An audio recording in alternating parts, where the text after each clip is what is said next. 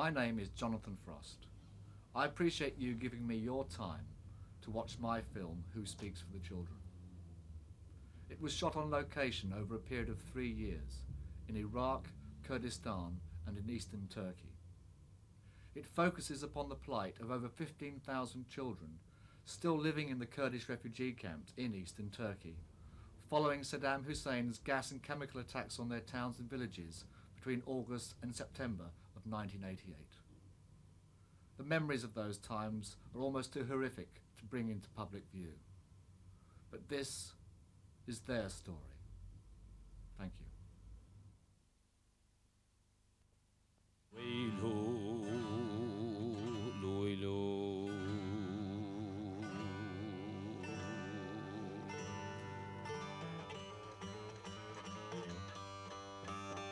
وزيدا كتم جيكلو كاش خانا وزيدا كتم سري برجوان ديا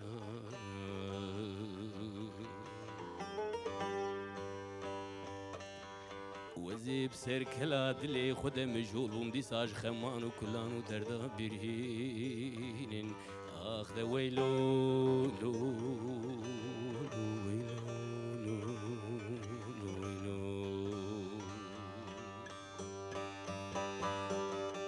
صابون به و بارانه هر دری گرتی مجودونه دنگی دایکا دل سر لوری کیوانه بابک بکدر خدا بیجه سر زاروکا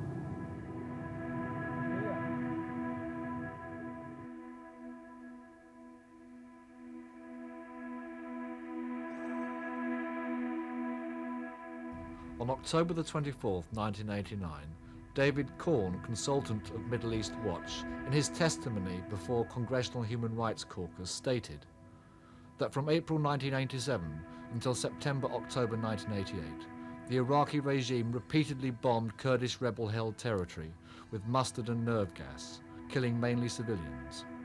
Nobody knows the exact death toll, but it can safely be said that over 10,000 Kurds, men, women and children of all ages were killed. Many thousands of others were irremediably sickened.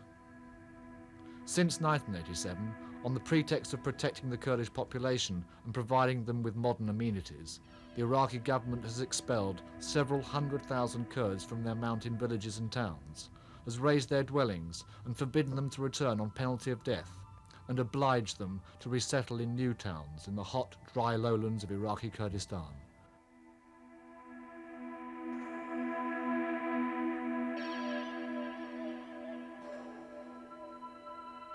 Some 75 to 80% of Kurdish villages and towns, places where Kurds have lived for centuries or millennia, have been destroyed, and large segments of Iraqi Kurdistan have been emptied of population.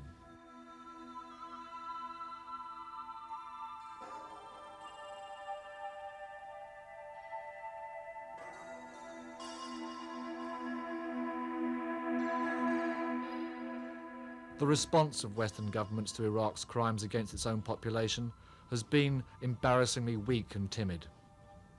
Neither the current US administration nor its predecessor has made any public statement of objection to Iraq's brutal program of forced relocation of its Kurdish population.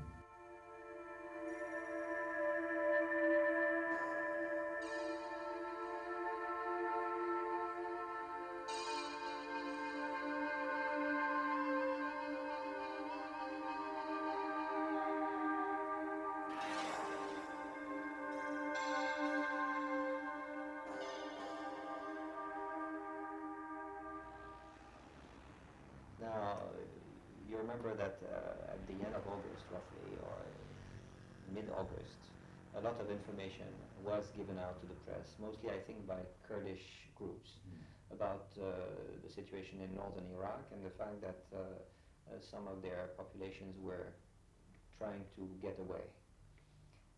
So we were all, in the same time, you and us and everybody else, informed of so many people trying to get away from northern Iraq. And in the end, quite a great number fleeing into Turkey. Now, there were conflictual information about how many there were, and there were very high figures quoted, more than 100,000 people. And I think that even on the Turkish side, at the very beginning, they had a hard time finding out, really, because I think people, you will see when you're in the area, were scattered around the hills. And I think there were 16 or 18 points of entry, I mean, along small valleys and so on. So there were people really all over the place. And by the time they started counting them properly and putting them into camps or rather closed areas, they could not really know how many there were. In the end, there were roughly 60,000 of them. And there remain now more or less 51,000. And this is the number that we have seen in 5 camps. The Turkish Red Crescent said at the beginning that the situation was under control, that the authorities and themselves were coping with it, and they did not need any outside help. We then made an offer of services, a formal offer of services, and we told the Turkish government that we were ready to help. They answered in turn the same thing. Thank you for your offer, but we don't need it now. We can cope with the situation. The situation is well under control for the time being, at least. If we need you, we'll tell you. That was sort of beginning of September. On the 17th of September, the Turkish government made an urgent request to us. I should maybe here open a parenthesis, because I've forgotten to tell you that the UNHCR, United Nations High Commissioner for Refugees, was following pretty much the same approach. Well, they don't have this partner with the Turkish Red Crescent, but I mean, they had made an offer of services to the Turks, and they had gotten the same reply. They wanted clearly to, first of all, show to the world that they had behaved in a very human way to these people, and that if some of them wanted to go back, they should be given the possibility, and that this was done very openly, and that we would sort of vouch for the fact that there was no pressure put on these people. The Turks have done a fantastic job at the very beginning. There is no doubt about that, and we can confirm that. I think when they had this sudden influx of a large number of people, they reacted very quickly. Remember that they are used to emergencies. Both the Turkish authorities and Turkish Red Crescent, which is not part of the government, but it's close associate, if you wish, they have great experience in earthquakes in Turkey. You know that Turkey is prone to earthquakes. And so they know how to react fast with an emergency. And I think this explains the quality of the job that they have done in the beginning. They took no time in reacting. They built the camps in few days, and you will see by yourself that if you have any points of reference, if you have seen other refugee camps elsewhere in the world, you will see the quality of the work done. No doubt about that. Their view was the majority, or at least we hope the majority of these people will not remain in Turkey, and therefore temporary measures are enough. Now, temporary measures are not enough because time is passing, the winter is coming, and it's, we have talked of the winter which was going to come. By the time, the winter has started coming, and you will see for yourself, the weather is pretty much like that, but colder because you're in the mountains, and the situation is becoming increasingly difficult for the people in the camps. So now the Turks are faced with a situation where temporary shelters are not enough, temporary measures are not enough. And so what has started as a very good operation, completely under control, might become an operation more difficult to run if the Turks don't very quickly take additional measures. Now, we have tried to share this concern with them. We have told them after visiting the camps what the shortcomings were. There are already some shortcomings that the Turks know perfectly well. They know that temporary shelters are not enough. Tents are not good enough for winter nights. They know that the sanitation facilities are not adequate or sufficient or adapted to the needs in some cases, and so on. And they have already themselves started taking measures, but more is needed. The Turks have said, I think the Prime Minister himself said publicly, that if the international community was ready to help Turkey with half of the problem, Turkey would take care of the other half. And I think that he meant, but this is my reading of it, that he meant that, first of all, he needed financial assistance, and he has made this very clear. You know that they have asked for $300 million to help them support the people there. And they have also asked for resettlement. And I think, from what I understand, that in their view, if you take half of the refugees, this is roughly 30,000, either in European countries or going away to Iran or going back to their country, that would leave Turkey with roughly 30,000, say 25 if you're lucky. And I think that Turkey is preparing itself to resettle these people in Turkey, at least for a certain length of time. And from what we have understood from the Turkish authorities, they are looking for ways of doing so, and they are exploring possibilities in various provinces to resettle these people, because of course this means not only giving them shelter and creating more adequate camps, but also giving access maybe to possibilities of work or agriculture or whatever. First of all, the Turks have, as you know, signed the Conventions on Refugees of 1951, but with a reservation in relation to the countries from which these refugees come. Now, in everybody's language, that means what? These people cannot be considered, legally speaking, as refugees from the Turkish point of view. Now, they are discussing this matter with United Nations High Commissioner for Refugees. It is not for us to decide whether one is right or the other is wrong. But that is the present situation. And that, I think, explains why the Turks so far have not wanted UNHCR to be involved in this operation. This being said, I don't think they have excluded any involvement of UNHCR at a later stage, but for the time being, they have said, oh, thank you very much, these are not refugees, so it is not your mandate, we don't need you. We, in this respect, offered the advantage of putting no label on the people. We are looking after people suffering from a humanitarian point of view. Whether they are refugees or not refugees makes no difference to us.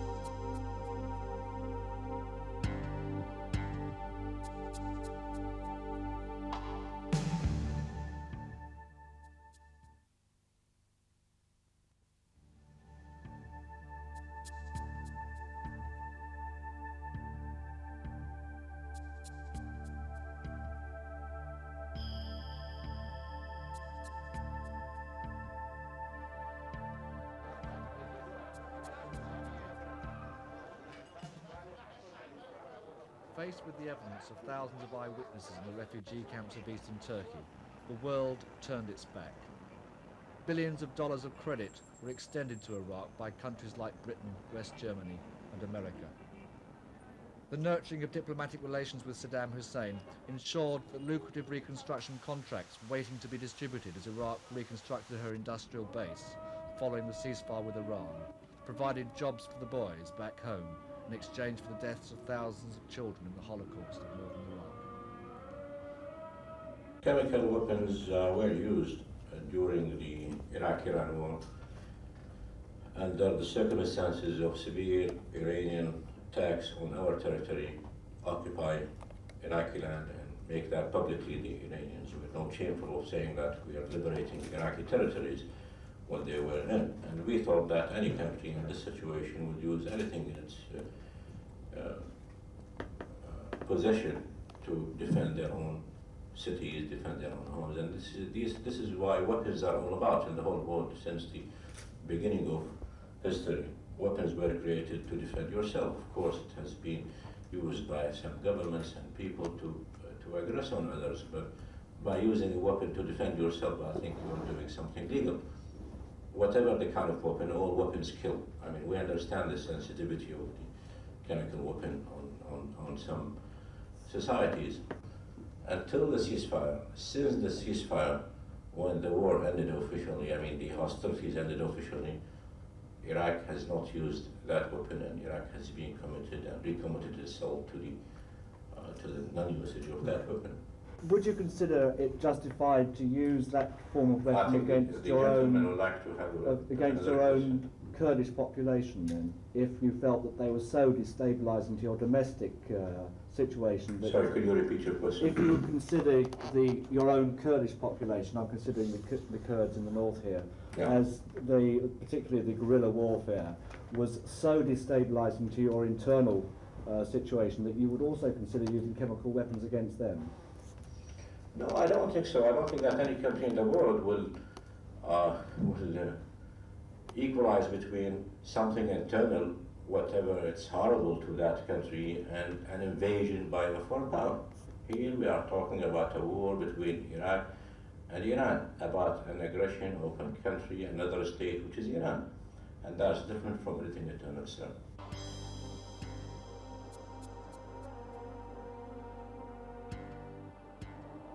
Between 1987 and 1988, over 270 shiploads of chemicals were driven along the ancient Silk Road from the Mediterranean port of Mersin in southern Turkey to the fertilization factories in Iraq.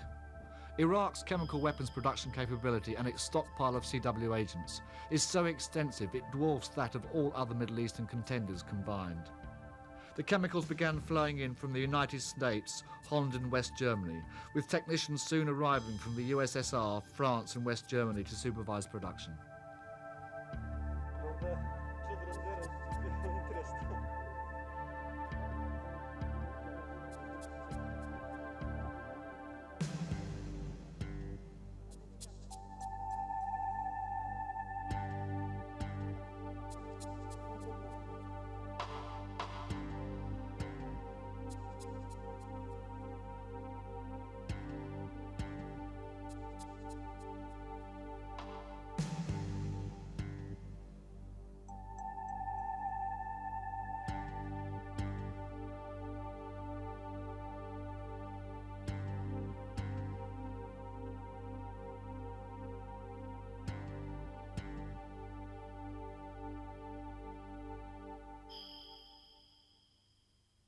What is your name? نبيتها چیه؟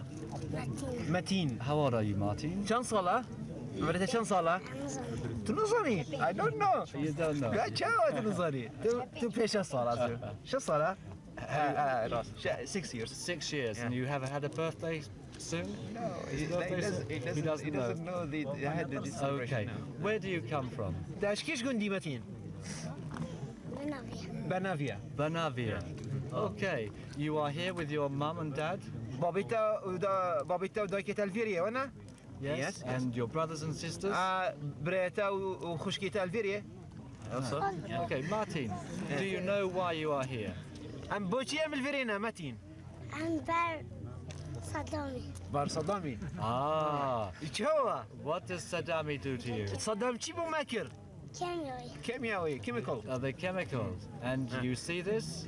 حبخو تاديت وقت الكيماوي هو بجد كانجي جاي الفيدري he said yes Tell me the story. بيجا بو تشوا او تشوا او كيماوي تشوا بوي وقت هاتيا طياره تشي هاتيا قم عليه طاق الهواء قبل الباقي الهواء yes the bomb is blowed in the air Yes. before going there باش تيجي تشي هاتيا تقعدي بينه التحلب بهنيوي تحلبو the smell is very bad Like, what does he شي think? تشتا او بهنيوي شي تشتا شي تشتا تحل bitter Bitter. yeah. And does this make him feel sick or? او باش تيجي تاكيت النصر باش تيجي بجان جديد No. So he has to leave with his family? to Iraq Yeah, from Iraq to here? هاتيا فيري القلعية عائلته وانا yes And what do you want to do when you grow up? وقت توصل بوي تا شي تشحش بي دكتورة Ah, it's very good. But you must stay here now for a short time or long time? عبدي مين الفيري بودريجا ينكوتا الفيري ناف تركي قالك دي مينة يعني نصا I don't know You I don't know. no. Would you like to go home? تدفيد باش تقول ديخو وانا yes Okay. Martin is asking if there's something he would like to say to the 6-year-olds in everywhere else. تصاني تشيد فيد بيجن بو برايتاي او الدارفي عراقي او بتشيك شتيتا او جيش صلاح الله تشيد بيجت مبوان Who are watching this film?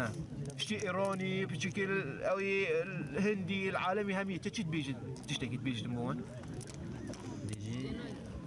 تضامن القلب بلا بيت اخي تشيد فيد بيجن بوفان شتيتا Would they like you to help? تشيد بيجن يعني تشيد فيت هاري كوري بيت جيليك فريكا بوتا تشيد فيت بأويدي clothes Clothes. He would like some clothes. Yeah. What does he want most of all? تشيد فيت قلق فيت فيجاكي تشيتش It's a difficult problem.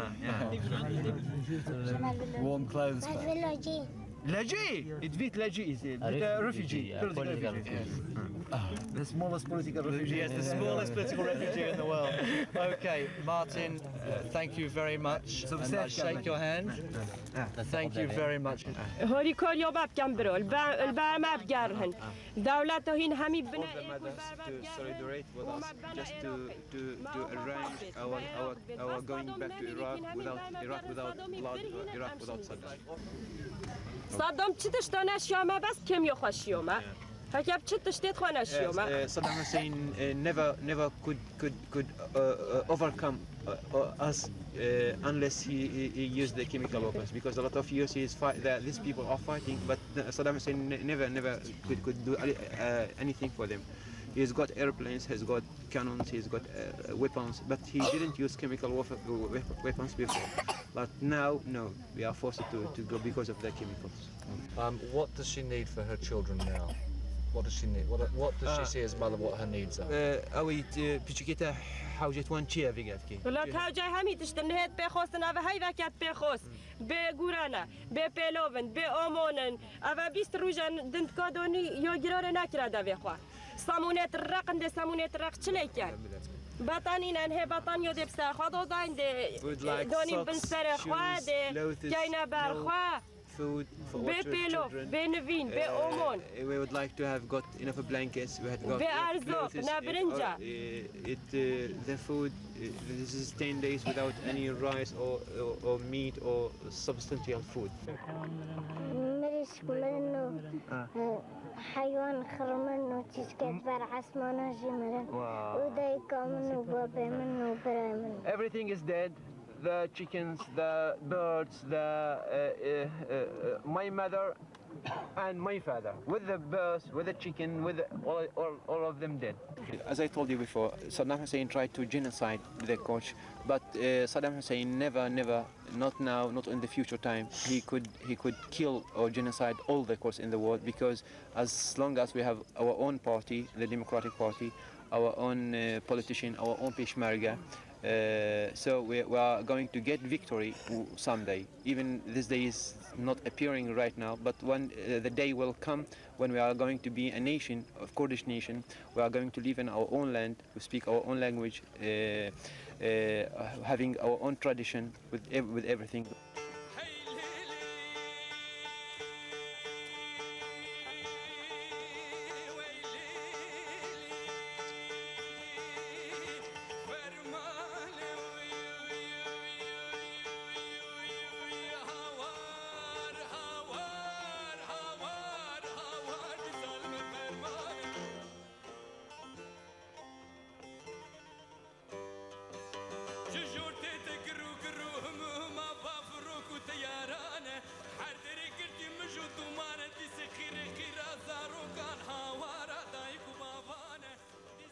It's just the name of Saddam is terrible for them. Like the devil for Christian people. Did she see anything or smell anything with this place? تابخو شافي خو تشتكي ديت يعني بدفني خو تشتكي تا يعني يعني بهني تشتكي تابخو كر يعني شوا تشي ديت شافي خو هم الطيارة معود طاب طيارة بخو ديت I saw the airplanes myself. وقت كيمياء وهذه تابخو ديت شوا وبيجا بوما شوا هم توفت أظن وقت أو قنبلة عردي تشلي هتيه باشي هم عيوش كشتنو شو ديو كيل دركتي بهنكي تشتكي دركتي شوا باكي بهنا قريب باكي like the smell of the asphalt, you know, just the garlic asphalt and the decayed fruits. What is your name? Navitatia. لازجين Lazgi. Where do you come from? Kish gundi. جرقا. Would you tell me your story about what happened? أو تشيروكيتا بيجابو في هفالا.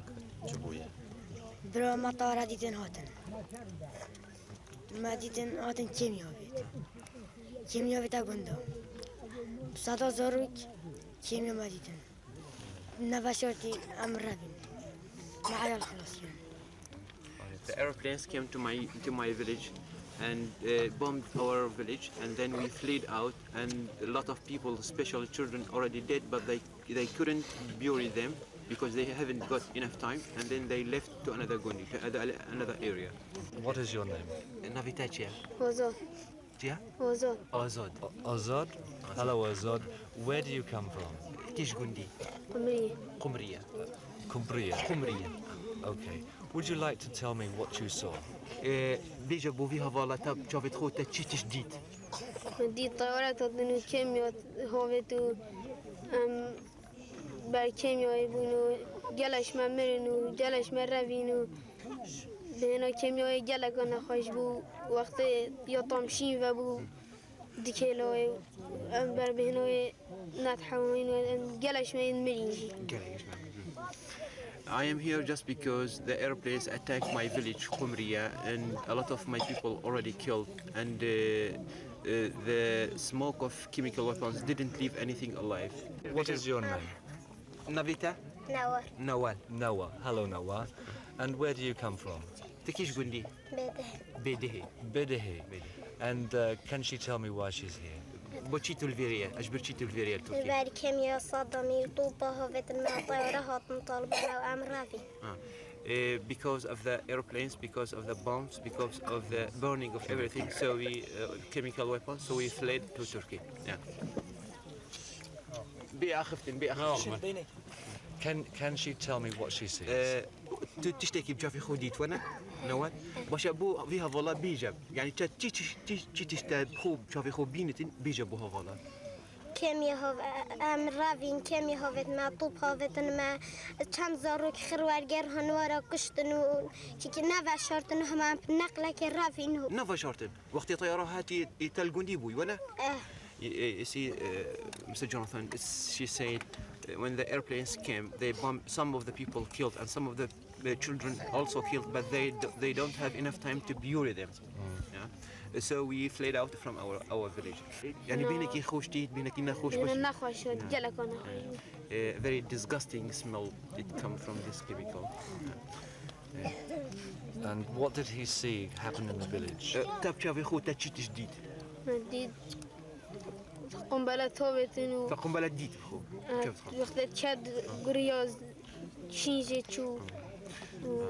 ضربان هم يشكروا. أم جالش ممرن وطيارات هوتنو.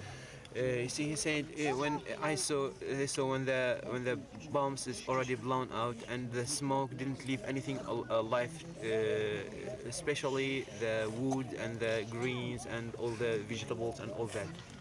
A lot of us are already dead. ما بينه وكيسيرو. وكيسيرو. The smell of garlic. I smell. Yes. وقنبلة تيجي سبيبو.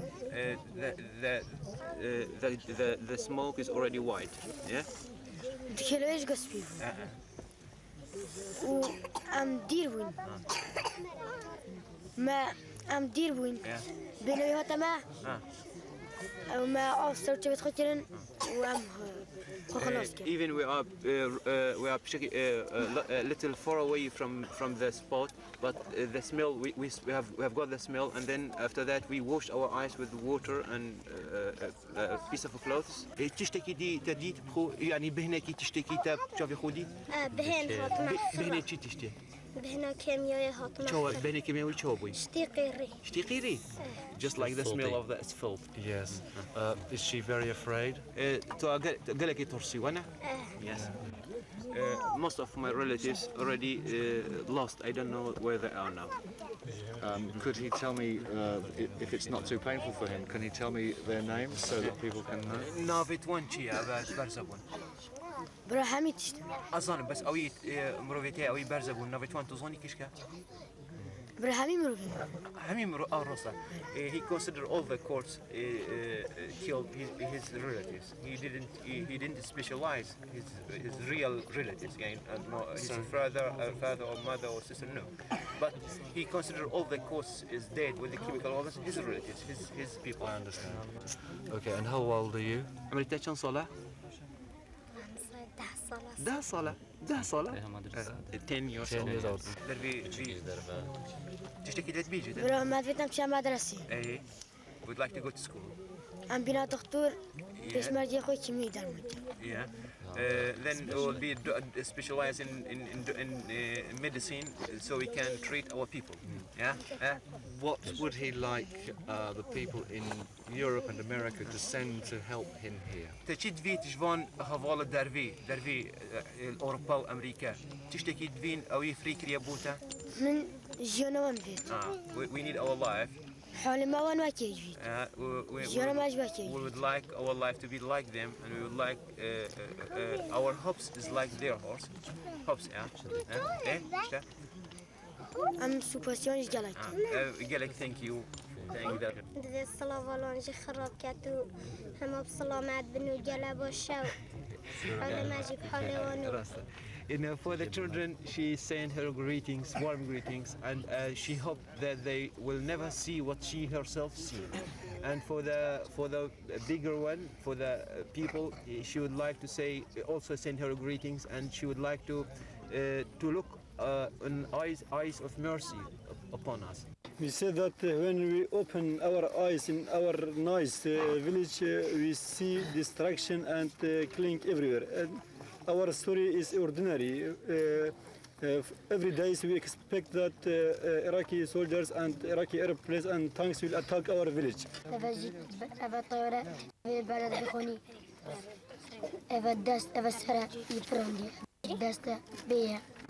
This boy says that the pictures of blood and also the dead children, it is ordinary for us because it is a part of our life. He said that one day we opened our eyes in 6 o'clock in the morning and we see that the many airplanes are in the sky, so it come and bombed our village.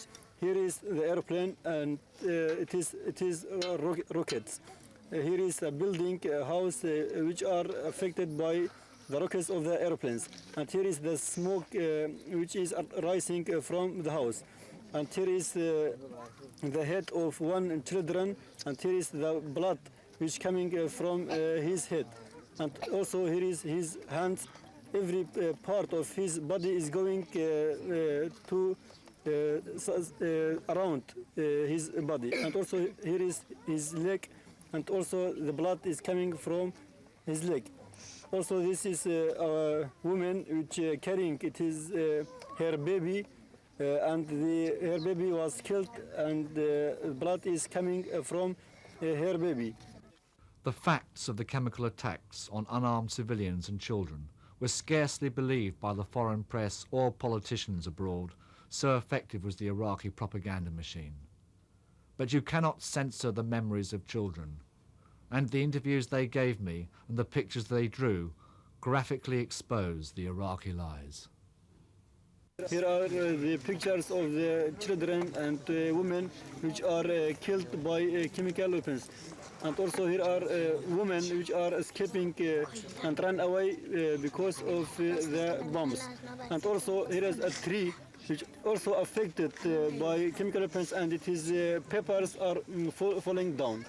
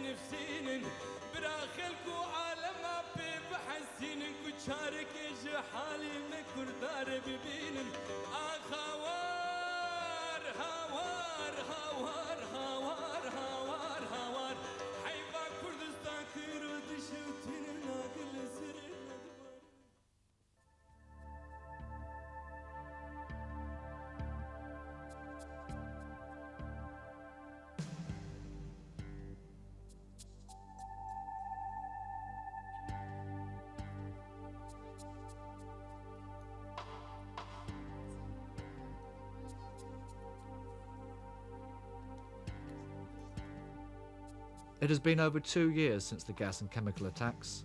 The refugees of this camp at Yukshakova have since been moved to earthquake shelters at Mush in the mountains to the north. Several thousand have returned to Iraq, their situation in Turkey having grown so desperate, and no one knows what has happened to these people. Our position is very simple and very clear. We have not sent to Turkey any investigation team. It is not within our mandate. We have therefore had a doctor in our team, and he has explored the medical situation in general. Now, we are not at this stage in a position either to confirm or to infirm the use of chemical weapons. This is the best I can tell you on the issue. Yeah, well, I would like to say people, we are living in the 20th century, and people is already condemned the Nazism and condemned all the fascist regimes. Why do they don't condemn Saddam Hussein regimes because he's bombing his own people with chemical weapons? Why? What is the reason of this silence? Did they really not believe that Iraqi regime used this weapons against his own people? If they are suspicious about that, we have got proof, and we have got casualties here. Prove that Iraqi regime used these weapons. Children here, they can make difference between phosphogene and mustard and nervous gas. They are they are only 10 years old. That's all. I mean, children knows what is the chemical weapons look like. So what is the reasons of this silence? Why do they not judge this international judgment, this regime for committing this big crime? It's kind of genociding, you know, genociding the Kurds and Kurdistan. And the chemical weapon first when they shoot, and the birds on the weather, and then fall down. The birds in the air fall down? Fall down, and they died. And also there's animals, and they visit, and then when the chemical weapon happened, and then they fell down. Every day, two child, between 2 and 3 child is already dead, you know, children. As soon as we are going to get political refugee situation, because we are not yet, as we told, accepted accepted as political refugees. This is first. Secondly, we would like to just know about our destination. What's going to be happened for us? This is the big question for all the people. I mean, they usually ask, what's going to happen after 2 or 3 months? Are we going to stay in this tent? Are we going to move to another place? Are we going to accept it in a form of political refugees? We have got rights with the United Nations or the international organizations or something like that. So that is what is worried us really. What is our destination? What is going to be done for us in the future time? This teenage boy was shot in the town of Jizra by Turkish special forces when the people marched in protest about the prohibited funeral and killings in New Sibin. Police and soldiers opened fire on a small group of about 150 people, injuring as many as 19 and killing 8 or 9 others. Tanks and armoured cars descended upon the town from the military camp on the hillside above, and a 10-year-old boy was crushed by an armoured car. Yani hiç hakkımız yoktu. Ama artık bunu herkes biliyor, değil ki ben. Benim başka diyeceğim yoktu.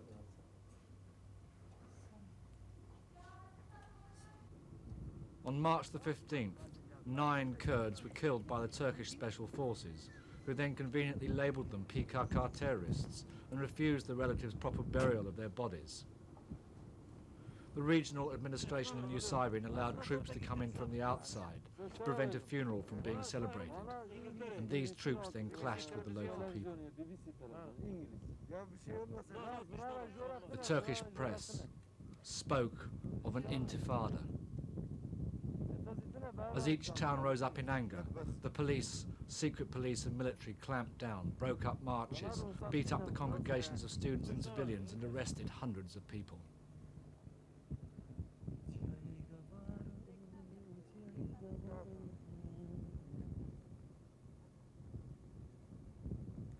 That evening, the authorities prohibited the entire population of Jizra from leaving their homes for any reason. They were prohibited from going out on the streets for the next 2 days.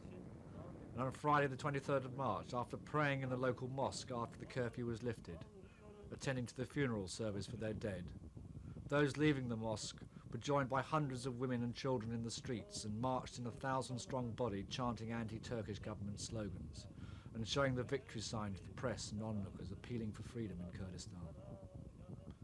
As a symbol of solidarity, neighbouring towns also marched, and from Idil through Midyat to Jizra and Kiziltepe, the local people kept the shutters down. Across across the windows of their shops and refused to open them. Turkey has in the past enjoyed a special relationship with Iraq. This has been eroded by the construction of dams in the east. The GAP project in Iraq's view threatens to turn the waters of the Tigris and the Euphrates into a weapon of the future, cutting off the water supply Iraq so badly needs for irrigation. The water has also drowned forever hundreds of Kurdish villages and thousands of acres of grazing land. Iraq, as a response to this, and as a reaction to Turkey's yearning for acceptability in the West, has put pressure on the government to cooperate in denying the Kurdish house guests refugee status, in addition to cooperating with Iraq in attempting to coerce the Kurds into returning following recent amnesties. The question has to be asked, in the light of Turkey's appalling human rights record against their own Kurdish population, how can we expect justice for the Kurds in these camps of eastern Turkey?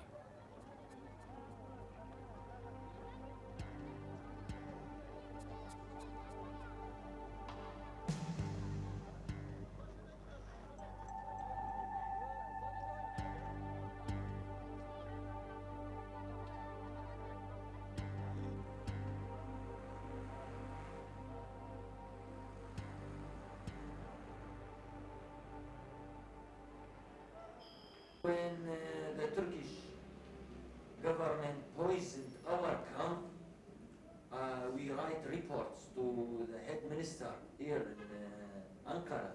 We told them that you didn't wanted us, and we also didn't want to stay in Turkey. If it is possible, bring us to the border of any country except Iraq, and let us crossing the border, and if any person have chance to crossing the border, he get long life. If he killed, he be happy because he finished his life from Turkey. We are very tired here. Are you negotiating with the Turkish authorities for their return to Iraq, Iraqi Kurdistan, and if so, under what conditions?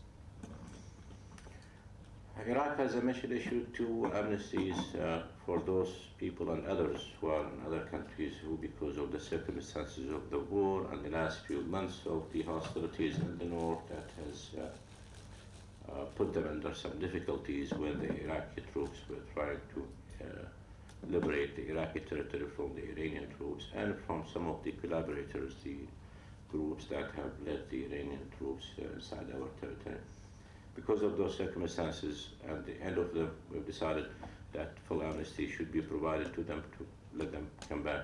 Some of them came back to the country and they are living here very normal life.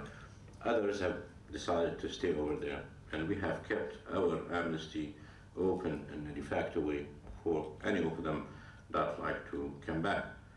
It is not precisely a bilateral issue between us and Turkey, because the Turkish government says that they cannot force them into doing anything. And we have said that we will be willing to talk and negotiate with them, with the population themselves that they can. Some of them again return and others decide to stay over there, but we'll keep our country open for them anytime they want to come back and live just like any other citizen. Do you consider the problems with the Peshmerga under Masoud Barzani in the north to be finished now, or do you consider the problem is actually continuing at this present time? I don't see any current problems in the situation in the north. From my gatherings, from what I hear from my friends and other visitors who have been to the Kurdish region, the situation there is quite peaceful and calm, and therefore I don't consider it as a problematic. One final question. In view of the fact that many of the resources of Iraq exist in the Kurdish autonomy region, do you envisage in the future any of the revenues gained from these resources being put back into the region for regional development? Well, Iraq is full of potential resources. I don't have to remind you here of the different locations of those. One of the locations, obviously, the north. And the policy of the government has been that all parts of Iraq should receive similar care in terms of the number of population and the kind of facilities that are needed, or whether a region was deprived of some of the prosperity under some circumstances that prevented the government from doing this. And in that context, I believe that the North will be receiving a lot of the money that is allocated for the budget for this year and probably specifically next year. And we talk now about the situation of the Mardin camp. There is about 11,800 persons in Mardin camp. And during this 1.5 years, they are lived under the tents during the winter and summer. They are in a very bad and a very difficult situation because the life under the tents is very difficult. But there is no way. These peoples are suffered from freedom. They are not like the Diyarbakir camp.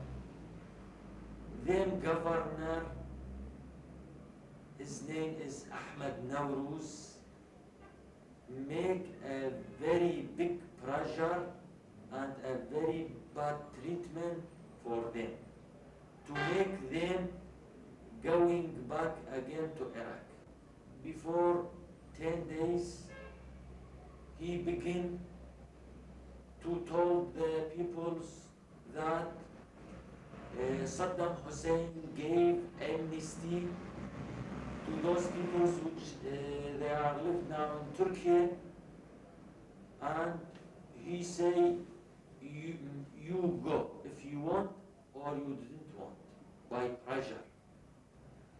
He called the responsibles of the camp or some peoples which they have a lot of relatives and told them, if you make pressure to your peoples to didn't let them returning again to Iraq, I punished you, I imprisoned you, I sending you first to Iraq. 3 outbreaks of food poisoning occurred in the refugee camps of Mardin, Mush and Diyarbakir. Thousands became ill. And this Ahmed Nawruz began to make them food less, to give less food to the peoples, to make them nervous and use psychology war to these peoples to making them returning again to Iraq. And during this 10 days, he didn't let any person going outside the camp. We feel that there is no person hearing us because we are a poor people. Why every day thousands of our peoples in Kurdistan of Iraq killed by secret ways, and the Kurdish people have no friends. They are poor and no one looking for them. They forgetting. This is the rule of the world. ويلو ويلو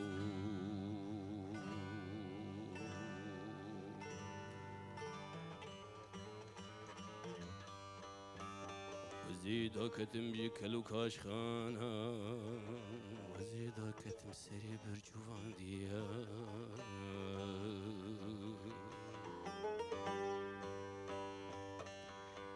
زيب سر كلا دلي خد مجهول ومدي ساج خمان وكلان ودردا برهين اخذ ويلو لو